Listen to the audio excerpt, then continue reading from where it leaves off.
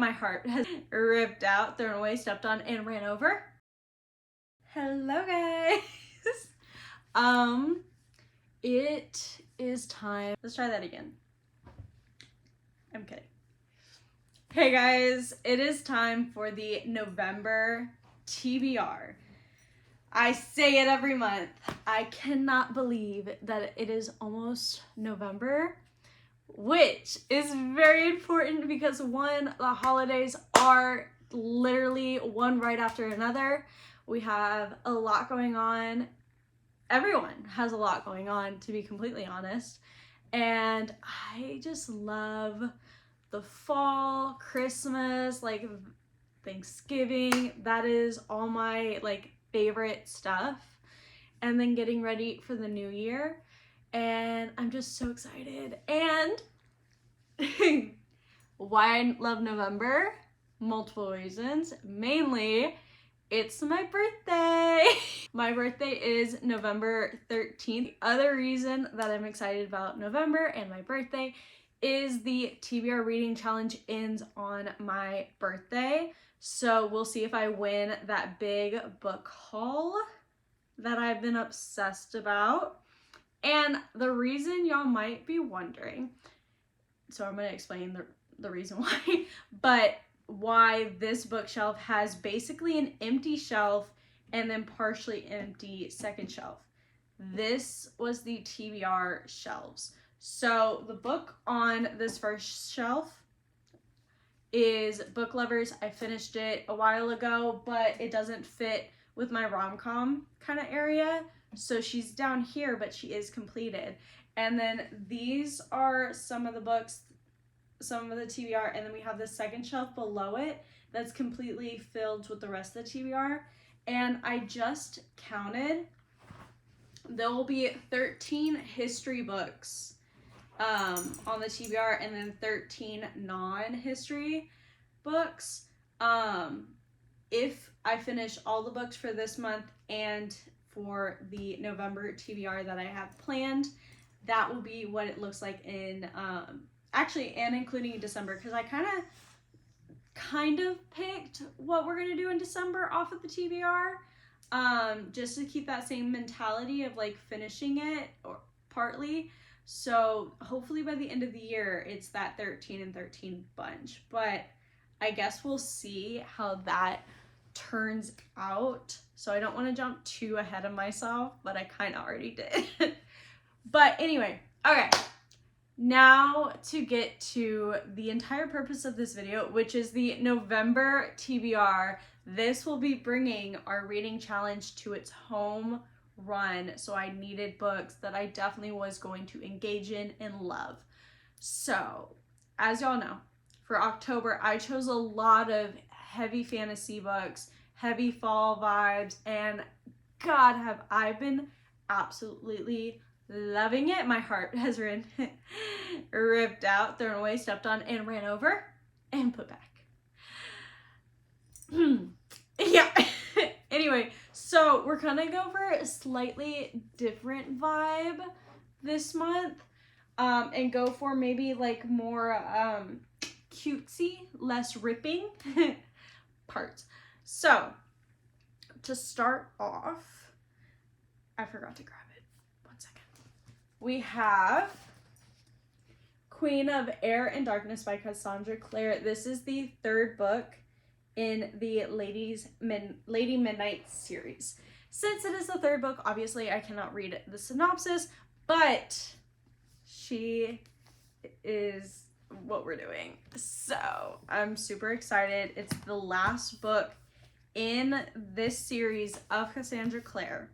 So once we're done with her, we're gonna move on, hopefully after the challenge, to Ghost of the Shadow Market by Cassandra Clare, if that wasn't obvious enough. And yeah, I wonder if there's any art. Nope. Okay. And it's just a classic book. But the synopsis, reading it for the first time with y'all. What is the secrets the Shadow Market holds? The Shadow Market is a meeting point for fairies, werewolves, werelocks, and vampires. These are the downworlders buying and selling magical items. making dark bargains and whisperer secrets they do not want the Nephilim to know. Through 2 centuries, however, there has been a frequent visitor in the shadow market from the City of Bones, the very heart of the shadow hunting world. As a silent brother Zachariah, there we go, is a sworn keeper of the laws and lore of Nephilim, but once he was a shadow hunter called Jim Carstairs, and his love, then and always, is a warlock, Tessa Gray, and Jim is searching through the shadow markets from many different cities for over the years for a relic in his past. God, can I read? I'm getting ahead of myself. Follow Jim and see the backdrop of the shadow market's dark dealings and festivals, Anna Lightwood's doomed romance, Matthew Fairchild's greatest sin, and Tessa Gray as she plunges into the world's war. Valentine Morgenstern buys his soul at the shadow market, and young Jace Wayland's soul finds safe harbor. In the market is hidden a lost heir and beloved ghost, and no one can save you once you have traded away your heart. Not even Brother Zachariah. Young Jace Wayland. What time is time period is this? Anna Lightwood, Matthew Fairchild, what timeline is this?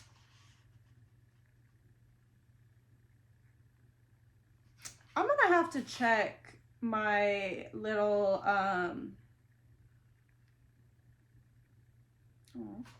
gonna have to check on the website that I've been using for the reading order, because I was told through that, and I'm really hoping I didn't misremember, but to read Ghost of the Shadow Market after the Lady Midnight series for more insights going into the Chain of Gold series. So I really hope that's right, because that would suck if not. But I'm already intrigued about what happens in this book. So, and then after that, let's go back to the book challenge books. In the book challenge that I was hoping to get to, and it will depend when I finish these Violent Delights. Hopefully I finish it at the end of October, but you never know. Anyways, that is Our Violent Ends by Chloe Gong. I haven't read the first book yet, so obviously there's not much I could say, and it's the second book, so I can't read the synopsis either, but I'm really excited to read this. I read the first 5 pages of these Violent Delights, and I really liked what she did with the dialect and the fight scene, kind of causing it. I thought that was really fun, so I'm hoping that carries on and carries us into this. But once those are done, then that's another series off of the shelf, and I think this is a sticker. And I have fake nails on, so that will be a problem for another me. Another book I was thinking about doing for the reading challenge will be Heartless by Elsie Silver. This is the second book in the Chestnut Springs series, I believe. And I read Flawless and I did enjoy it. It was a fun little cute read, and I think that will break up a lot of the heartbreak in my fantasy books, with just a little lighthearted heartbreak where everything will end up perfectly fine with a happy ending. And I need that. So this was it's about. Working as a nanny for the world's grumpiest single dad should have been simple, except she can't keep her eyes off of him and he can't keep his hands off of her. Cade Eaton is 13 years older than Willa Grant, and he barely looks at her, even though she's living in his house for the summer. That is, until she gets him into a hot tub one night for a game of truth or dare. Then all bets are off, and so are their clothes. Caden is a gruff and a little rough around the edges, but broad-shouldered ranchers with callous hands and filthy mouths are this city girl's kryptonite. So who is she to resist? But it's in their quietest moments together that he softens, and it's in unexpected ways that he takes care of Willa that she realizes his hardened exterior is just a facade.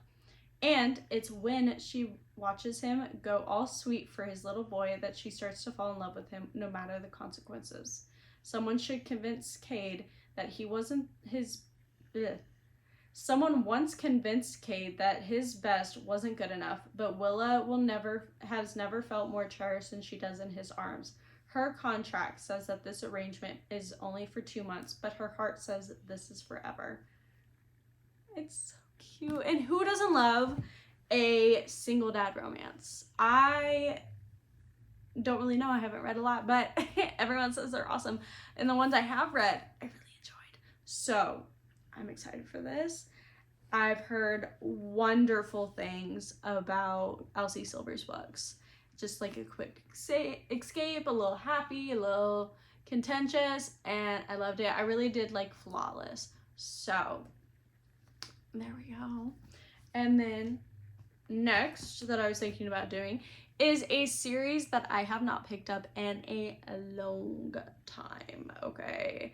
I read the first book in the series 2 years ago, and I loved her first series so much. So I was pretty sure I was gonna love this series, but that first book was a bit of a miss. I still enjoyed it, but it was a bit of a miss. So now we're gonna continue the series and see how we feel about it. And that is King of Greed by Chloe Huang. I think actually I read the next 2 books in the series. I don't know where she is. Oh, there she is. I did read the next 2 books. So I read King of Wrath and King of Pride almost 2 years ago. And I did enjoy them, but not a lot. So that's why I've been kind of holding off on this one. Just because I haven't really been craving it and wanting it. So we've been holding off. I don't know how many times I can say that. But let's read the synopsis. He had her, he lost her, and he'll do anything to win her back. I love second chance romances. Oh. Powerful, brilliant, and ambitious Dominic Davenport claws his way up from nothing to become the king of Wall Street. He has everything, a beautiful home, a beautiful wife, and more money than he can spend in his lifetime. But no matter how much he accumulates, he's never satisfied. In his endless quest for more, he drives away the one person who saw him as enough. It wasn't until she was gone that he realized that there might be more to life than riches and glory, but by then, it might be too late. Kind, intelligent, and thoughtful Alexandria Davenport has played the role of trophy wife for years. She stood by her husband while he built an empire, and now that they've reached the top, she realizes he is no longer the man she fell for. You know, it's all starting to flood back, and the anticipation is growing as it floods back because I'm remembering. When it becomes clear that she will always be second to his work, she finally takes a charge in her life and puts herself first, even if it means leaving the only man she ever loved. But what she didn't count on was his refusal to let her go, or for him to fight for their marriage no matter what it takes. I'm remembering that I was actually really excited to read their story. Oh my gosh, I had totally forgotten. Oh my gosh. I don't know if this glare is like killing y'all, so I'm gonna like just bring it a little closer. I'm so excited. I'm so fucking excited. Oh my gosh, wait. I think this is gonna be the first book I pick up in November. Ooh, okay. Yay. Okay. I need to like chill. I started this book. I still don't have high hopes for it, but I thought I just might as well just go ahead and add it. But that is To Kill a Kingdom by Alexandra Crisco. I started it. I thought it might be enticing enough for me, but then I chose The Nightingale over it. So, yeah. But we have To Kill a Kingdom. Super excited. So excited. But I just don't know if like because I'm excited to get into it, but I don't know if it's gonna keep me there. You get what I mean? You know, it's hard. Ooh, it's so hard to explain, I feel like. But I think most people who are book readers know what I'm talking about. Is you can be super excited for a book, but you're worried about staying connected to the book. So that's the next one. Let me go ahead and read the synopsis if you haven't seen the other videos where I mention it.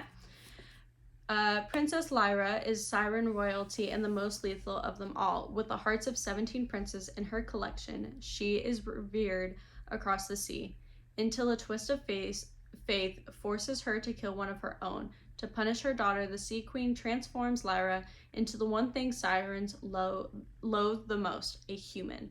Robbed of her song, Lyra has until the winter solstice to deliver Prince Elon, I'm going to say that, it might be wrong, heart to the Sea Queen or remain a human forever. The ocean is the only place Prince Elon calls home, even though he is heir to one of the most powerful kingdoms in the world. Hunting sirens is more than an unsavory hobby, it's his calling. And when he rescues a drowning woman in the ocean, she is more than she appears. She promises to help find the key to destroy all siren kind for good.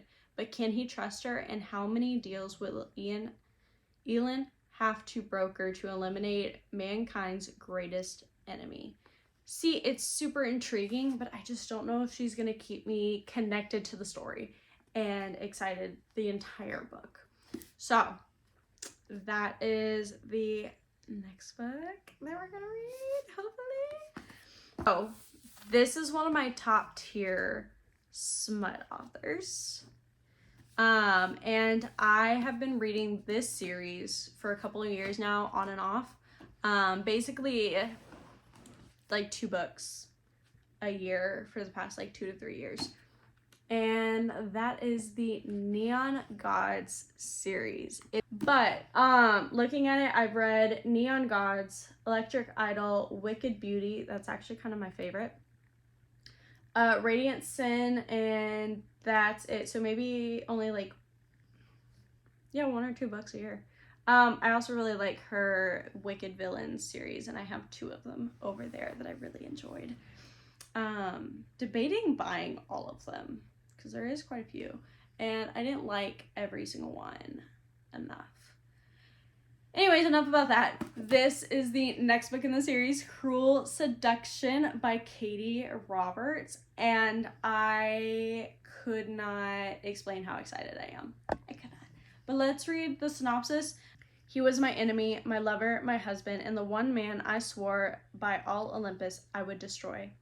Aphrodite has never flinched at getting her perfectly manicured hands dirty, but she is not about to start now, even if it means marrying Olympus's #1 enemy, the new Hephaestus.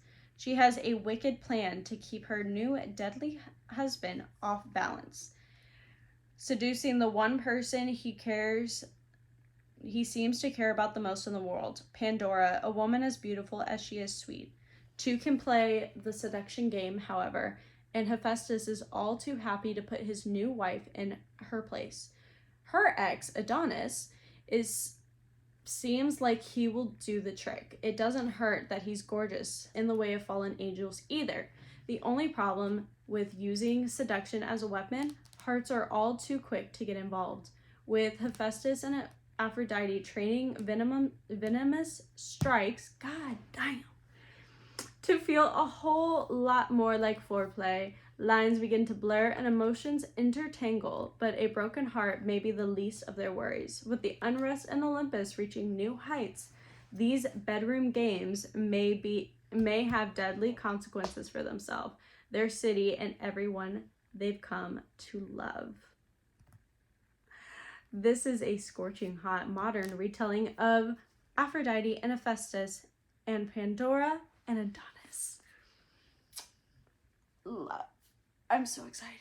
You have no idea how excited I am to read. Now, the last 2 books on our TBR is the first book in a series that I picked up a long time ago because I heard amazing things about it, and then I started hearing not so amazing things about it. It is the first book in a series that I've heard amazing things about, and then I started hearing not so great things where people are like, it was okay, not top tier or anything like that, but I had already owned it, and I was like, you know what, I'm gonna have to get to it at some point. So, ignoring all of that, I'm gonna try to go into this as optimistic as possible because I don't want to be biased. But that is The Inheritance Games by Jennifer L. Barnes. It sounds really interesting, so I'm excited to see what it's about. I do not remember except for riddles and money. That's all I can remember. So let's get into the synopsis. Reese. Not right now. Okay. Avery Grambies, whatever, has a plan for a better future, surviving high school, win a scholarship, and get out. But her luck changes in an instant when billionaire Tobias Hawthorne dies and leaves her virtually his entire fortune. Only catch, Avery must move into his sprawling mansion full of secret passages, riddles, and codes. Unfortunately for Avery, Hawthorne's house is also occupied by the family that was just disinherited. This includes 4 Hawthorne grandsons, dangerous, magnetic boys who grew up with every expectation that one day they would inherit billions. Heir apparent Grayson is convinced that Avery is a con woman and he is determined to take her down, but his brother Jameson views her as his grandfather's last hurrah, a twisted riddle, a puzzle to be solved. Caught in the world of wealth and privilege, with danger around every corner, Avery will have to play the game herself just to survive. Looks like a lot of people had positive things to say. It says, she came from nothing, they have everything, let the games begin. It sounds so interesting. So I am excited. I'm just a little nervous about her, but we'll see how that goes. All right, and last but definitely not least, we have the first book in a series that is by a favorite author of mine that I am currently reading, and that is The Chain of Gold, The Last Hour series by Cassandra Clare. If I remember correctly, this is Tess and Will's kids. I miss Will Herondale so much. I cannot tell you how much I miss him, and the fact that Jim and Tessa just are sprinkled throughout the entire series is killing me because I miss them so much. Infernal Devices was one of my favorite series of all time. I think it was my first 6-star series ever. So if that explains anything to you about me. Oh my god, can I talk today? Can I talk? I don't know if I can, apparently. So let's read it. I'm gonna move y'all so that way y'all aren't looking at this glaring sun. God, sunlight's just not working with me. Okay, here we go. Love cuts deeper than any blade. Cordelia Carstairs is a shadow hunter, a warrior trained since childhood to battle demons. When her father is accused of a terrible crime, she travels to London in hopes of preventing her family's ruin. There, Cordelia's childhood friends, James and Lucy Herondale, oof, I'm gonna cry. Lucy Herondale draw her into the world of glittering ballrooms and supernatural salons. All the while, Cordelia must hide her secret love for James, who was sworn to marry someone else. But Cordelia's new life is blown apart when a demon attacks devastate London. Now trapped in the quarantined city, Cordelia's friends discover that their connection to a dark legacy has gifted them with incredible powers, forced a brutal choice that will reveal the cruel price of being a hero. Oh.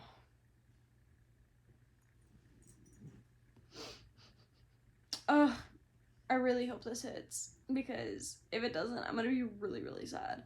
But I think this is her last series in the entire Shadowhunter universe, and I'm so glad it's their kids that are ending the world series. They're ending the world. No, they're ending the Shadowhunter universe. So yeah, but at the same time, it's just so sad. So that's why I've been holding off on it for so long, but it's time. It's time. I must accept that this has come to an end. So this is the last book on the November TBR. Now let's look at them all together.